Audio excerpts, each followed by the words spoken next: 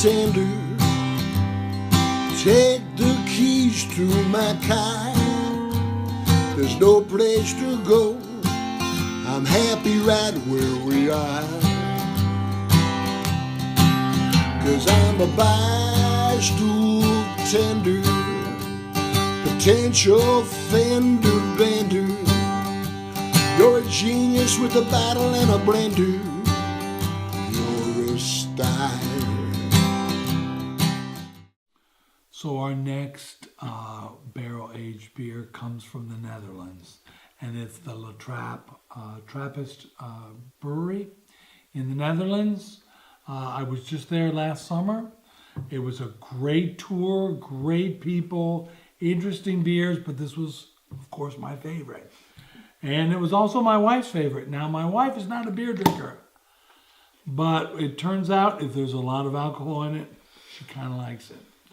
So let's drink this, a little bit of this, and see how it goes. A little trap. You have your glass, Carl? Bring it on over here. Thank you.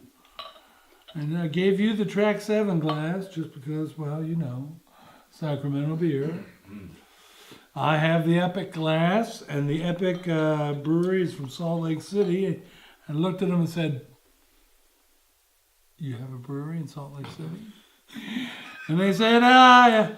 Mormons do a lot of things they're not supposed to do. So good for them. Indeed. This was an incredible brewery. Very interesting beers. I learned a lot about the Trappist history of brewing beer.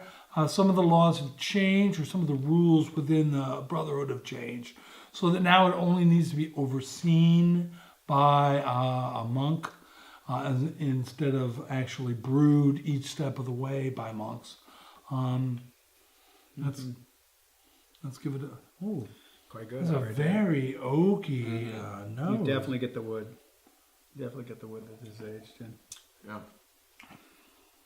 Oh, yeah, and it's a triple, isn't it? Mm-hmm. Yeah, triple. Yeah. So yeah. So a lot of alcohol to start. Yep. And that stands up to the wood very well. I think Yes. the wood and that high alcohol beer just interplays nicely. Yeah. Right. But there's not a lot of malty flavor in there, so I think the wood is able to really penetrate and really get into the beer, as opposed to some of these other ones where it plays nicely, but is kind of in the mix, as opposed to just kind of being right out there. Right. And this is, I think, probably the woodiest of the three. That really, this would be more the bourboniest of the three. Definitely. Where this is the woodiest of the three. Yeah. Right. So I'm really loving that oak aged.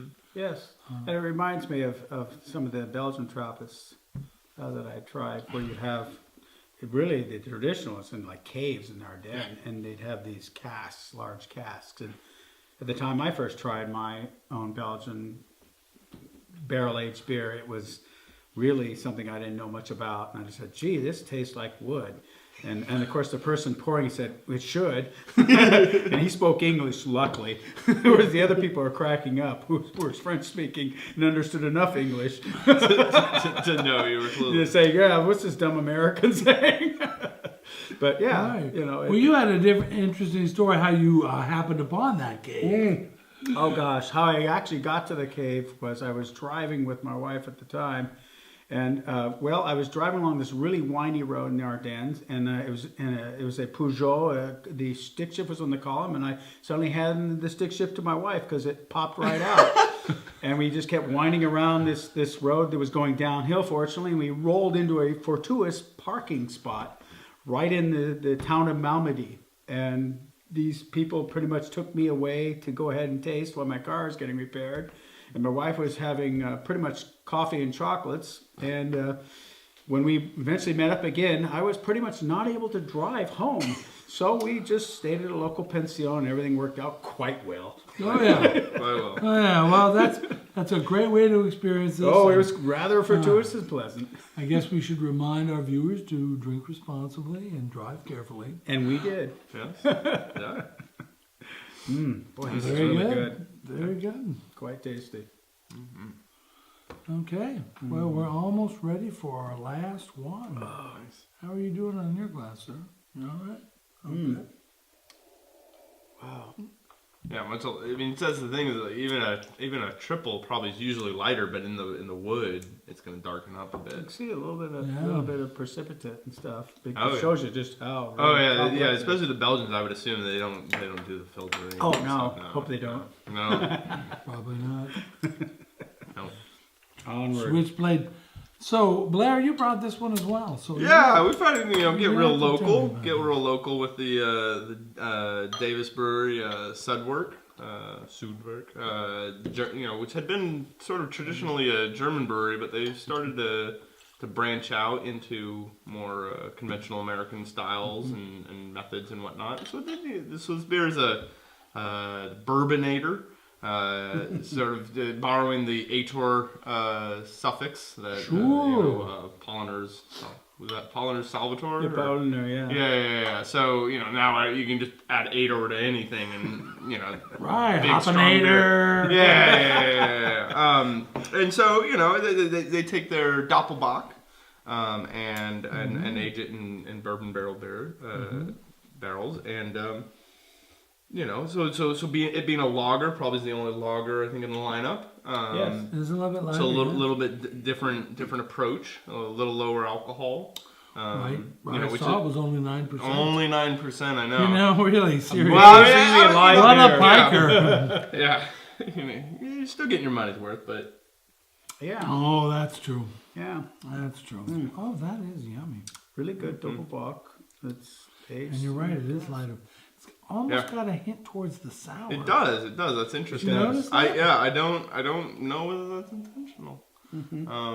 Well, it's an entry level to the sours because those are hard. Those are hard to approach for a lot of beer drinkers, That's It true. is. That's myself included. Yes. Yeah. Myself, As I've told you, sours can be very, very good if you absolutely love them, or they can be so nasty you throw it out. But Well. I mean, I think that yeah. What? Throw it out? Yeah, wow. Yeah, depends. Give it to a friend. Right. Right? When you're a home Always. brewer and you make a mistake and it becomes sour, so you can't quite sell it off the same way. This is a sour beer. People are like, hey, when you drink it yourself, you're kind of like, okay, I've had the same sour for. But I did learn to give it to my neighbors who appreciated it. That's maybe good, more. that's good. No. The truth is, just like any good chef, if you screw it up, rename it. Do you think blackened fish was invented on purpose? Hell no. Sours were not intentional, but No. there are some interesting sours. I mean, Yes. I had the pleasure of visiting the House of Sours. Oh, really? Cascade Brewing Company. Oh yeah. House of Sours in Portland, and Yep. I was not ready. I was not ready, and I'm still probably not ready. However, when I believe it was the tangerine lime sour that I was expecting, when you're talking lime and tangerine, you get yourself puckered for it. Right. So when I had tasted the sour with that flavor, I was completely expected. So maybe we'll have to do a sour show in the future. I think so. And that's And another there's many story. out there. Yeah. But as our last barrel-aged beer, this is really tasty It is. and different. We've gone from high bourbon Really to the maple to kind of some fruit caramel flavors to the delicious rye, oaky, and now lighter, almost just a slightly sour. We've got some great beers here. We hope you enjoyed some of the banter, some of the stories, and come back again soon for another episode of the Barstool Tender. Don't forget to like us, share us, and most of all, subscribe. Thanks very much. We'll see you next time on the Barstool Tender. Cheers. Cheers. Cause I'm a barstool tender, potential first offender, and you're a genius with the bottle and a blender. You're a